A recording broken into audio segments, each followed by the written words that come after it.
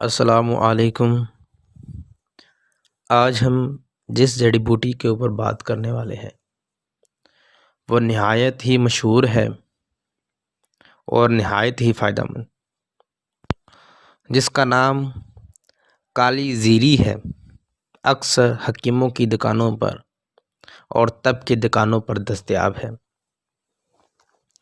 اسے انگریزی میں ورنونیا کہتے ہیں اور اس کا نباتاتی اور ہومیوپیتھک کا نام ہے ورنونیا اینتھلیمنٹیکا۔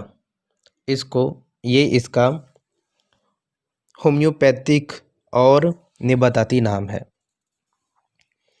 یہ پودا 2.5-3 فٹ اونچا ہوتا ہے اور اگر زرخیز زمینوں پر اس کا پودا لگایا جائے تو یہ 2 میٹر تک اونچا ہو سکتا ہے۔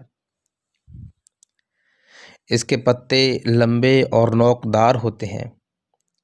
اس کے پھولوں کا رنگ بھی کاسنی کے پھولوں کی مانند ہوتا ہے۔ اس کے تخم، جسے زیرہ کہتے ہیں، زیرہ کے برابر ہوتے ہیں۔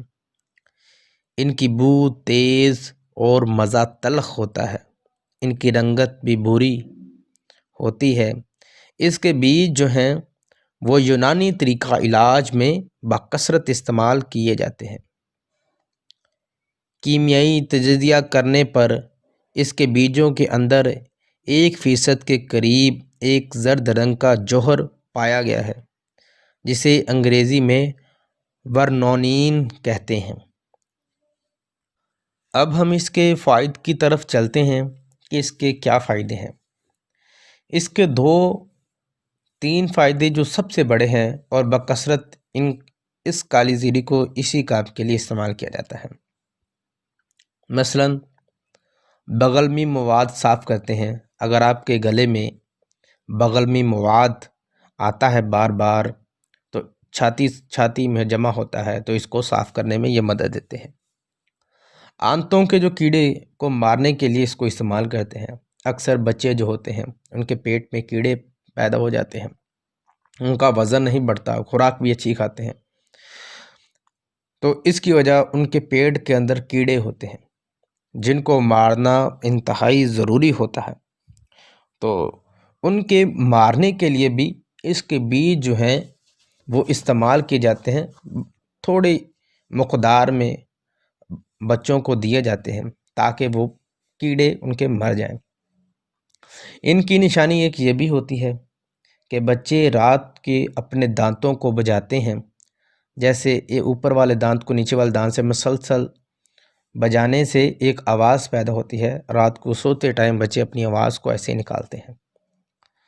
اس کے علاوہ جو بچے بستر گیلا کر دیتے ہیں، رات کو سوتے ٹائم پیشاب کر دیتے ہیں اور والدین کو تنگ کرتے ہیں، ان کے لیے یہ تو بہت ہی زیادہ فائدہ مند ہے۔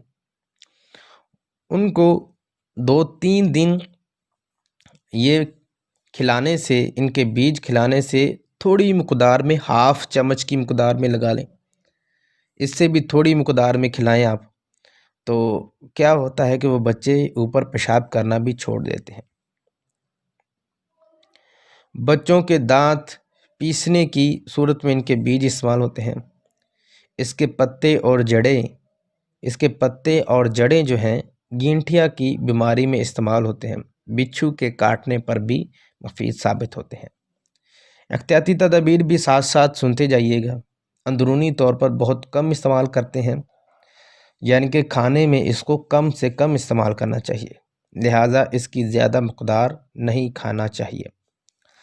تو دوستو، احتیاط بھی ساتھ کیجئے اور فائد بھی ساتھ حاصل کیجئے، اور چینل کو سبسکرائب کیجئے، ویڈیو کو لائک کیجئے اور آگے اس کو شیئر کیجئے۔ اور اگر کسی جڑی بوٹی کے متعلق آپ پوچھنا چاہتے ہیں تو نیچے کمنٹ کیجئے۔ اللہ حافظ۔